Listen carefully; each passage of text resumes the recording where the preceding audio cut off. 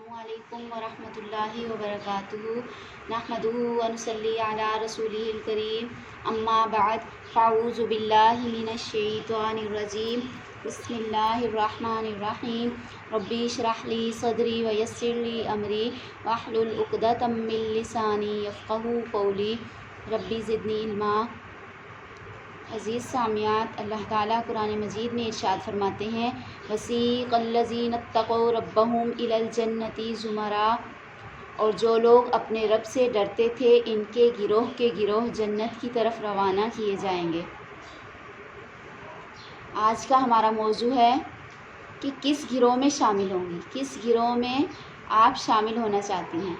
अल्लाह रब्बुल इज़्ज़त की बारोब अदालत लग चुकी होगी।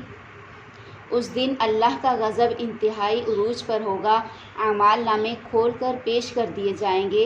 लोग दो गिरोहों में तकसीम हो जाएंगे। एक तरफ वो लोग होंगे जिन्हें दाएं हाथ में आमाल की रिपोर्ट दी जाएगी। ये लोग अपनी कब्रों में अच्छे सलूक का मुजाहरा कर चुके होंगे। इन्हें अपने नेक आमाल याद होंगे, क्योंकि ये दुनिया में अल्लाह की नौकरी मजदूरी करते रहे। जहाँ जो हुक्म मिला वहीं सर तस्लीम खम कर दिया, वही मान लिया, ख्वाहिशात को मात दी और इबादत के लिए तैयार रहे। आज दुनिया की इस मेहनत और मजदूरी का पूरा पूरा बदला लेने का वक्त है। खौफ और उम्मीद के असरात नुमायाँ होंगे। फैसला सुनते वक्त सांसें रुकी होंगी, लेकिन जैसे ही कामयाबी का ऐलान होगा और जन्नत का टिकट दाएं हाथ में थमाया जाएगा तो खुशी की कोई इंतहा न रहेगी। चमकते दमकते और महकते चेहरे खुशी से मचल उठेंगे। कामयाबी का पर्चा लहराते हुए लोगों के दरमियान चक्कर काट रहे होंगे। हर तरफ से मुबारक हो की सदाएं बुलंद होंगी। वो बाआवाज़ बुलंद लोगों को मुतवज्जा करते हुए कहेंगे। सूरतुल हाक़ा में अल्लाह ताला इरशाद फरमाते हैं, लो पकड़ो मेरा आमाल नामा पढ़ो, यकीनन मैंने समझ लिया था कि बेशक मैं अपने हिसाब से मिलने वाला हूँ। बस वो एक खुशी वाली ज़िंदगी में होगा, एक बुलंद जन्नत में। अल्लाह ताला जन्नतियों को प्रोटोकॉल अता फरमाएगा। फरिश्ते जन्नतियों को अपने साथ लेकर जन्नत की तरफ चलेंगे।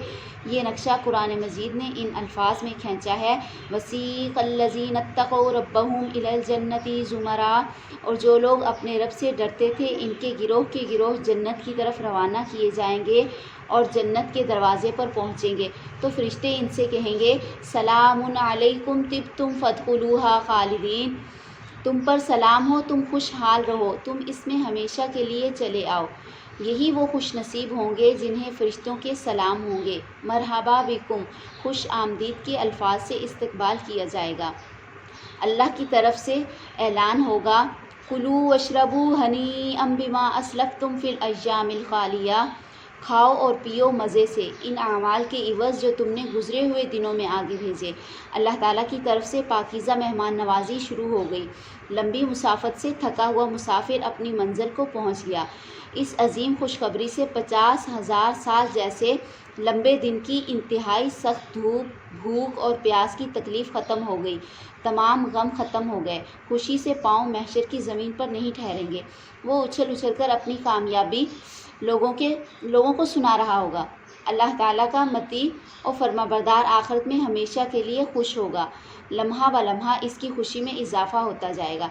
ऐसे मालूम होता है जैसे खुशी से इसका दिल उड़ने लगे। अल्लाहुम्मा जअलना मिनहुम, ऐ अल्लाह हमें भी इन इनाम याफ्ता लोगों में शामिल फरमा, आमीन। और दूसरी तरफ हसरत व नदामत की तस्वीर। इसके बरक्स वो शख्स जिसे बाएं हाथ में आमाल नामा थमाया जाएगा, उसे अपने दिल में पहले से ही बुरे इंजाम का डर लगा होगा। अल्लाह ताला की नाफरमानी रोज़े क़यामत बेहद मग़मूम और परेशान होगा। जैसे जैसे वो हिसाब व किताब के करीब होता जाएगा, इसका गम हसरत व नदामत से बढ़ता चला जाएगा। मैं अल्लाह से सबके लिए दुआ गो हूँ कि वो हमें ऐसे लोगों में शुमार ना करे, आमीन। वो अपना आमाल नामा अपने लिए अपने उल्टे हाथ में पकड़े हुए घबराहट और कपकपाहट के साथ चल रहा होगा। इसका दिल चाहेगा कि ज़मीन फटे और वो इसमें समा जाए, खाक बनकर हवा में उड़ जाए। वो चीखेगा और शदीद गम की हालत में अपने अंजाम पर रोएगा और कहेगा, या लैतनी लम ऊता किताबिया वलम अदरी मा हिसाबिया, या लैतहा कानतिल काज़िया मा अगना अन्नी मालिया हलका अन्नी सुल्तानिया। اے کاش مجھے میرا اعمال نامہ نہ دیا جاتا اور میں نہ جانتا میرا حساب کیا ہے۔ اے کاش کہ وہ موت کام تمام کر دینے والی ہوتی۔ میرا مال میرے کسی کام نہ آیا، میری حکومت مجھ سے برباد ہو گئی، مگر اس کا رونا اور پیٹنا اس وقت کچھ فائدہ نہ دے گا، چاہے وہ رو رو کر آنسوؤں سے دریا بھر دے۔ اللہ تعالیٰ فرشتوں سے کہے گا کہ اس چودھری، وڈیرے، سیٹھ صاحب، خان صاحب، بٹ صاحب جو زمین پر ایسے پاؤں مار کر چلتا تھا کہ اسے پھاڑ دے گا، ایسی تکبر بھری باروب آواز لگاتا تھا کہ لوگ سہم جاتے، کمزور، غریب اور نادار پر ظلم و زیادتی کرتے ہوئے ترس کھاتا، نہ دل کانپتا، نہ ہاتھ تھر تھراتے اور نہ ہی رب کے حضور حاضری کا احساس پیدا ہوتا۔ اپنے دفتر میں داخل ہوتا تو ملازمین ڈرتے ہوئے تعظیماً کھڑے رہتے۔ خذوہ فغلوہ ثم الجحیم صلوہ، اسے پکڑو پس اسے توق پہنا دو، پھر اسے بھڑکتی ہوئی آگ میں جھونک دو۔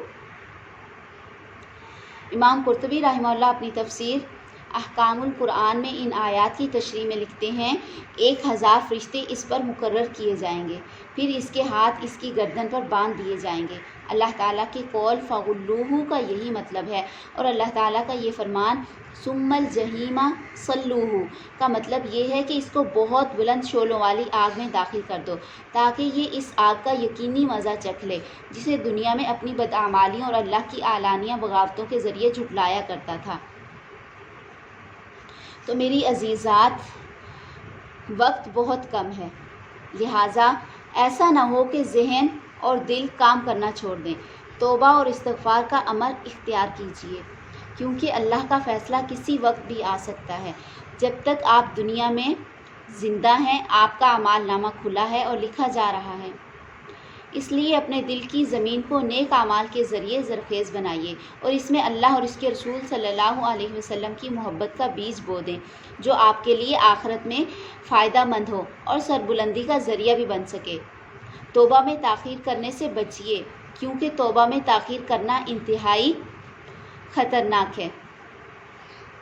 اپنے دل کو جھوٹی اور پرفریب ڈھارس مت دیں اور مت کہیے کہ ابھی مصروف ہوں، فارغ ہو کر نماز پڑھ لوں گی، پردہ اور اعمال صالحہ کر لوں گی، کیونکہ یہ تو طے ہے کہ انسان کبھی بھی دنیاوی آفات اور مشاغل کے مقابلے سے فارغ نہیں ہوا۔